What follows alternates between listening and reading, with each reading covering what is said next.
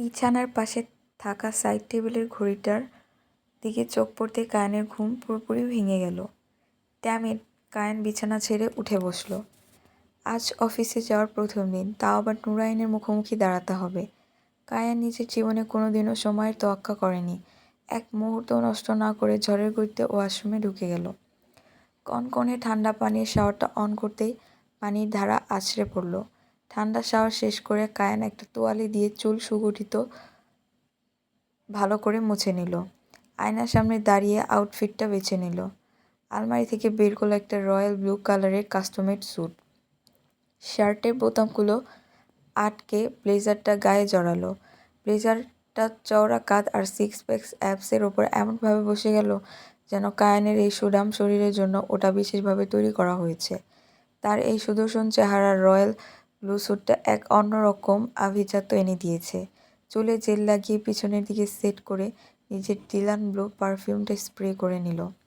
নিচে ডাইনিং স্পেসে মিসেস আলিয়া বসে আছেন। কায়ানকে এত নিখুঁত ফর্মে দেখতে পেয়ে মুখে এক তৃপ্তির হাসি ফুটে উঠল।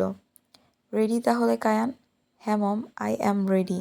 মিসেস আলিয়া ডাইনিং টেবিলের দিকে ইশারা করে বললেন, তাহলে আগে টেবিলে বসো, ব্রেকফাস্টটা করে নাও। নুরাইন ঠিক 8:30টায় অফিসের জন্য বের হয়ে গেছে কায়ান। ওর সময়ের ব্যাপারে ভীষণ পাংচুয়াল। ও অলরেডি অফিসে পৌঁছে গেছে। কায়ান ডাইনিং চেয়ারটা টেনে বসে দ্রুত ব্রেকফাস্ট শেষ করে নিল। ব্রেকফাস্ট শেষ করে সদর দরজার এগিয়ে যাচ্ছে। মিসেস আলিয়া পেছন থেকে স্নেহ মাখা গলায় বললেন, সাবধানে যেও Kayaan, all the best. Thanks mom. Kayaan দ্রুত পায়ে গ্যারেজে গিয়ে নিজের কালো মার্সিডিজটা লক খুলল। গাড়িটা জেনেভা ছিঁড়ে তীব্র গতিতে ছুটল সান গ্রুপ অফ ইন্ডাস্ট্রির হেড অফিসের দিকে। গাড়িটা এসে থামল আলিয়া গ্রুপ অফ ইন্ডাস্ট্রির সামনে। জেনেভার কেন্দ্রস্থল অবস্থিত এই কর্পোরেট হেডকোয়ার্টারটি পুরো সুইজারল্যান্ডের অন্যতম দৃষ্টিনন্দন এক স্কাইপার। প্রায় 40 তলার এই বিশাল ইমারতটি যেন রাজত্বের এক জীবন্ত প্রতীক। গাড়িটা আন্ডারগ্রাউন্ড পার্কিংয়ে রেখে কায়ান গ্রাউন্ড ফ্লোরের মেইন লবিতে পা রাখল। তখন চোখের সামনে অফিসের এক পরিবেশ ভেসে উঠল। কায়ান অনেকদিন পর অফিসে এলো। শেষ কবে সে পা রেখেছিল তা নিজেও ঠিকঠাক মনে নেই। সম্ভবত 4 বা 5 বছর আগে। মেহেরান বেঁচে থাকতে ড্যাডের সাথে একবার কোনো এক অফিসিয়াল লাঞ্চে আসা হয়েছিল। এরপর পড়াশোনার জন্য আমেরিকা চলে যাওয়া। কায়ান দৃঢ় কদমে লিফট জোনের দিকে এগোতে লাগলো। ওখানকার রিসেপশন ডেস্ক করিডোরে দাঁড়িয়ে থাকা অফিসের তরুণী কর্মচারীদের মধ্যে এক তুমুল চাঞ্চল্য তৈরি হলো। বেশ কয়েকজন মেয়ে ফাইল হাতে দাঁড়িয়ে কায়ানের দিকে তাকিয়ে আক্ষরিক অর্থে ক্রাশ খেল। কায়ানের হট লুক দেখে মেয়েরা নিজেদের মধ্যে ফিসফিস করে বলাবলি শুরু করে দিল। কথোপকথন কায়ানের কান অবধি ঠিকই পৌঁছে গেল।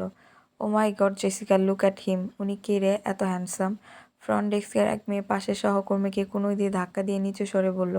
জেসিকা চোখের চশমাটা ঠিক করে কায়ানের দিকে এক পলক তাকিয়ে চোখ বড় বড় করে বলল, আরে ইউ ডোন্ট নো হিম? ওনার দিকে ভালো করে তাকা। হি ইজ আওয়ার বিগ বস এর ছোট ছেলে, তাহির খান কায়ান। হোয়াট? বসের ছোট ছেলে? আই মিন ওনার জাস্ট পার্সোনালিটিটা দেখ। He is so damn hot and classy man. Royal blue স্যুটটা ওনার এই মাস্কুলার বডিতে জাস্ট পারফেক্টলি ফিট করেছে। পাশ থেকে সোফি নামের এক মেয়ে বলল, hey guys wait, I know him. উনি শুধু বসের ছেলেই নন, উনি একজন প্রফেশনাল বক্সারও।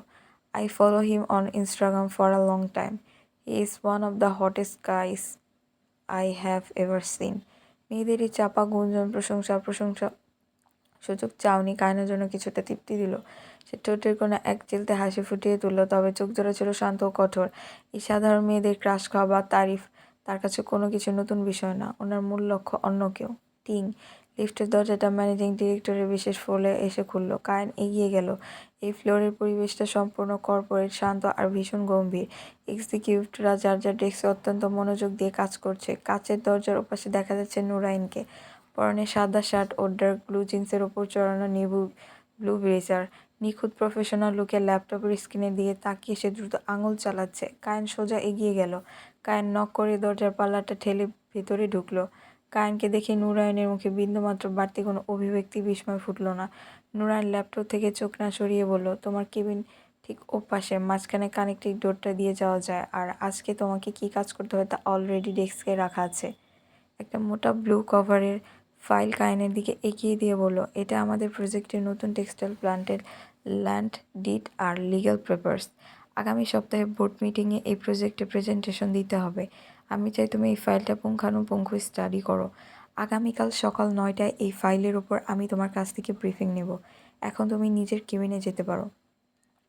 কায়েন ফাইলটা এক হাতে শক্ত মুঠোর মধ্যে চেপে ধরে কোনো কথা না বলে পাশের কেবিনে চলে গেল। নিজের পার্সোনাল কেবিনে ঢুকে কায়েন ফাইলটা টেবিলের ওপর ধপ করে রাখল। কেবিনটা বেশ বড়, বিশাল কাচের জানালা দিয়ে বাইরে জেনেভা শহর দেখা যাচ্ছে। কায়ান চেয়ারটায় বসে ফাইলটা খুলল। প্রথম সে নুরাইনকে টেক্কা দেওয়ার জেদ কাগজের পাতার ওপর চোখ বোলাতে শুরু করলো। লিগ্যাল দিক, ট্যাক্স ফাইল আর ল্যান্ড সার্ভের একটার পর একটা পাতা উল্টাতে লাগলো। অল্প কিছুক্ষণ কাজ করার পরে আর বিন্দুমাত্র ভালো লাগছিল না। মস্তিষ্ক যেন এই নিঝুম ফরমাল ফাইলের পাতার ভেতর বন্দী হতে রাজি নয়। সারাক্ষণ বন্ধুদের সাথে হ্যাং আউট, আন্ডারগ্রাউন্ড ক্লাবে boxing race, party, long tour করে বেড়ানো একটা বেপরোয়া ছেলের কি আর এভাবে এক জায়গায় বসে কর্পোরেট ফাইল ঘাঁটতে ভালো লাগে? ফাইলের এক একটা শব্দ চোখের সামনে কেমন যেন জট পাকিয়ে যাচ্ছিল। ভিতরের স্বাধীন চেতা মনটা এই 4 দেওয়ালের দম বন্ধ অনুভব করতে শুরু করলো। ড্যামেট! কায়ান রাগে আর চরম বিরক্তিতে ফাইলটা একপাশে ঠেলে দিল। চেয়ারে ব্যাক রেস্টে মাথাটা এলিয়ে দিয়ে 2 আঙুল দিয়ে গলার সিল্কের রয়্যাল ব্লু টাইটা এক ঝটকায় টেনে আলগা করে দিল। শার্টের ওপর 2টো বোতাম খুলে দিয়ে জোরে একটা লম্বা শ্বাস নিল। ঠিক তখনই ব্লেজারের পকেটে থাকা আইফোনটা ভাইব্রেট করে উঠল। স্ক্রিনের দিকে তাকাতেই দেখল জেনি নামটা ভেসে উঠেছে। Hello Jenny. এই Kayaan baby, what is this? লাউঞ্জে এভাবে মাঝপথে আমাকে ফেলে রেখে চলে এলে। তারপর থেকে টেক্সট নেই, কল নেই। I was so worried for you Kayan. আচ্ছা কায়ান, কাল রাতে ওই মেয়েটা কে ছিল? ওনার কথা শুনে তুমি ওভাবে জাস্ট চলে এলে? রাফি আর নিক তো বলেছিল নাকি তোমার মেহেরান ভাই। Jenny please. কায়ান কড়া গলায় কথা মাঝপথে থামিয়ে দিল। ওটা আমাদের family matter Jenny, don't drag her in our conversation. Okay cool, আমি ওসব নিয়ে ইন্টারেস্টেড নই। বাট কায়ান, তুমি এখন কোথায়? কাল রাতের বক্সিং রেস জেতার পর আজ তো আমাদের গ্র্যান্ড পার্টি দেওয়ার কথা ছিল। We are all waiting for you. I have at office Jenny. What? তুমি অফিসে? জেনি অফিস থেকে ওপাশ থেকে খিলখিল করে হেসে উঠল। I just can't believe this babe. আচ্ছা শোনো, আজ সন্ধ্যায় কোনো এক্সকিউজ শুনবো না।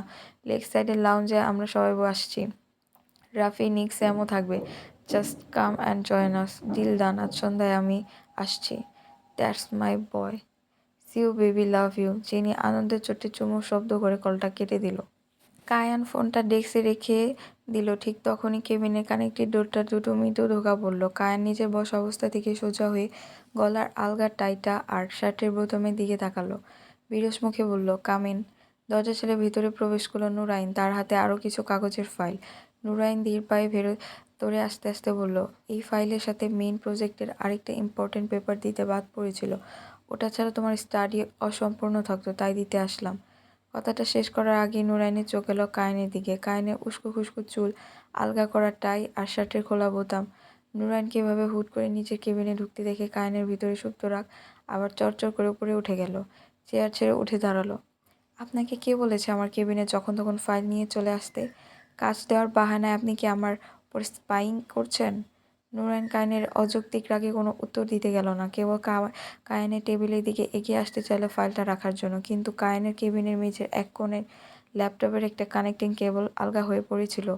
হাই হিল পরা নুরাইন ফাইলের দিকে মনোযোগ থাকায় সেই তারের ওপর পা দিয়ে বসল।